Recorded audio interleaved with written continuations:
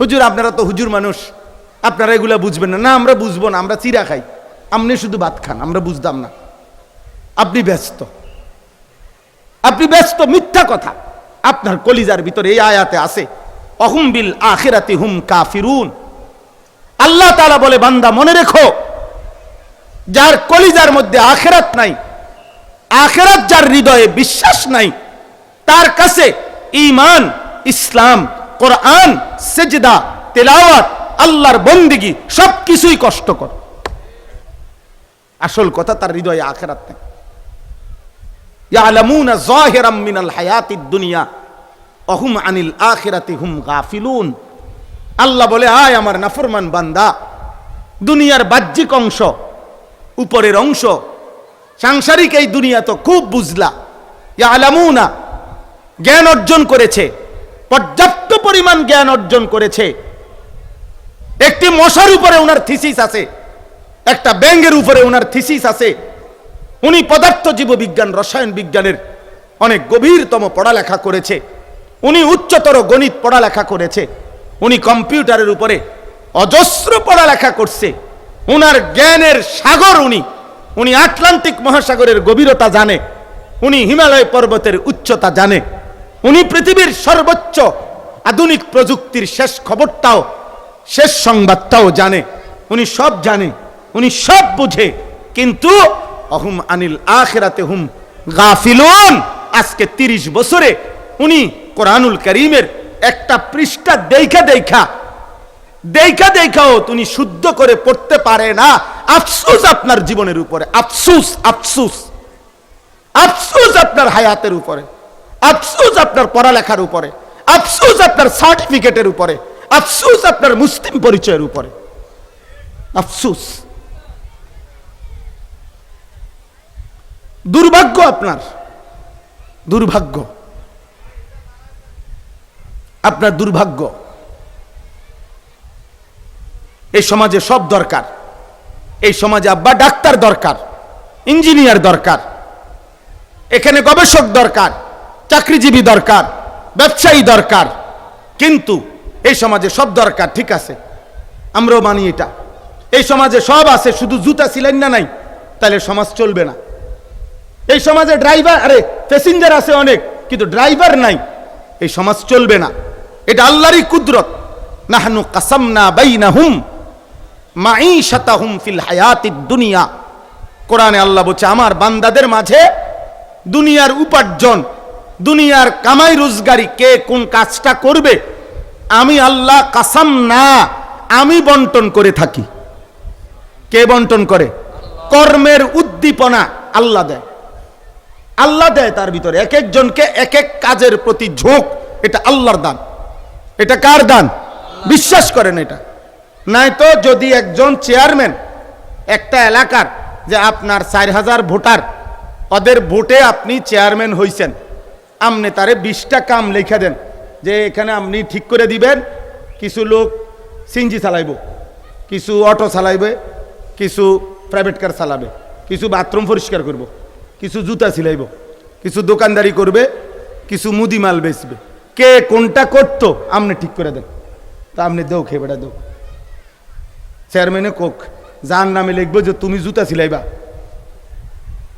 সে তো তার জুতাটা লয়ে লেবা হাতে। কৌ কিরে বেটা, আমি কি ভোট কম দিছি নাকি? হ্যাঁ, তুমি আমার নামে প্রথম এটা লেখলা কেন? মানে উনি পারবেনি বন্টন করে দিতে? কেউ পারবে না, কারণ এটা নিয়ে তো সমাধান করতে পারবে না।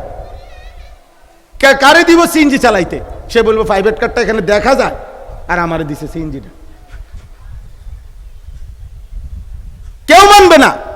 কিন্তু আল্লাহ বলেন, কর্মের এই উদ্দীপনা, কাজের এই বিভিন্ন সেক্টর, এটা আমি আল্লাহ বন্টন করে থাকি। সুবহান আল্লাহ, সুবহান। আমার জমিন আমি চালাই। ইউদাব্বিরুল আমর, এই জমিন আল্লাহ পরিচালনা করে, কায়নাত আল্লাহ পরিচালনা করে, গোটা সৃষ্টি জগৎ আল্লাহ পরিচালনা করে। ওমা কুন্না আনিল খালকি গাফিলিন। আল্লাহ বলেন, আমার একটা সৃষ্টির ব্যাপারে আমি 1 সেকেন্ডের জন্য গাফিল নই। ইন্না কুল্লা শাইইন খালাকনাহু বিকাদার। আল্লাহ বলেন, আমি সব কিছু সৃষ্টি করেছি পরিমাণ মতো করে। আমার বৃষ্টির ফোঁটা নির্ধারিত, আমার রৌদ্রের আলো নির্ধারিত, আমার সূর্যের আলো নির্ধারিত, আমার চন্দ্রের আলো নির্ধারিত। কোনো কিছুর মধ্যে তুমি বান্দা এলোমেলো দেখতে পাবে না। দেখো, তুমি খোঁজ নিয়ে তোমার দাদারে জিগাও, তোমার দাদার বাপ দাদার 14 গোষ্ঠীর আমলে কোনোদিন এমন হয় নাই যে 72 ঘন্টা রাত আর দিন আসে নাই, এমন হয় নাই। 48 ঘন্টা দিন আলো, অন্ধকার আর হচ্ছে না, এমন ঘটনা রূপকথার কোনো বইতে, গল্পের কোনো বইতেও নাই। শুনছেন কোনোদিন যে একবার আজ থেকে 300 বছর আগে একবার এরকম ঘটনা গইছিল যে 72 ঘন্টা শুধু রাত আর দিন হয় না? এমন শুনছেন?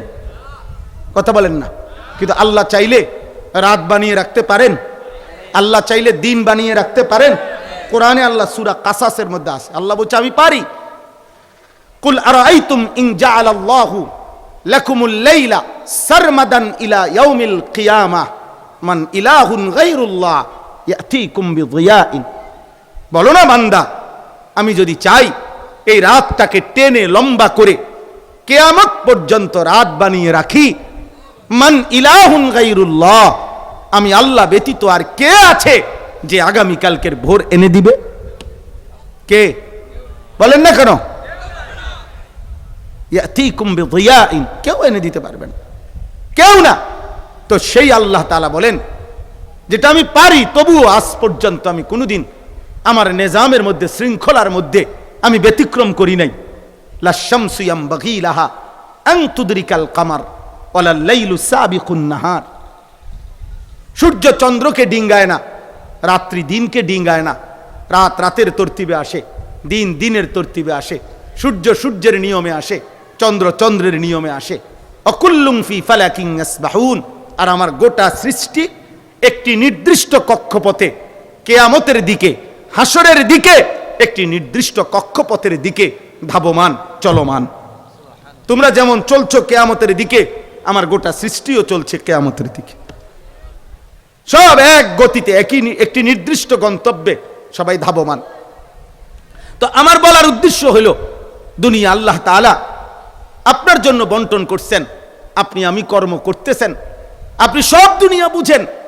আপনি বৈষয়িক দুনিয়া, উপার্জনের দুনিয়া, আপনার কামাই রোজগারির যেই সেক্টরটা, যেখান থেকে আপনি উপার্জন করেন, এটা আপনি এতটা বুঝেন, কিন্তু আপনি আখিরাত বুঝবেন না কেন? আপনি 2 রাকাত নামাজ সুন্নত মোতাবেক পড়তে পারেন না কেন?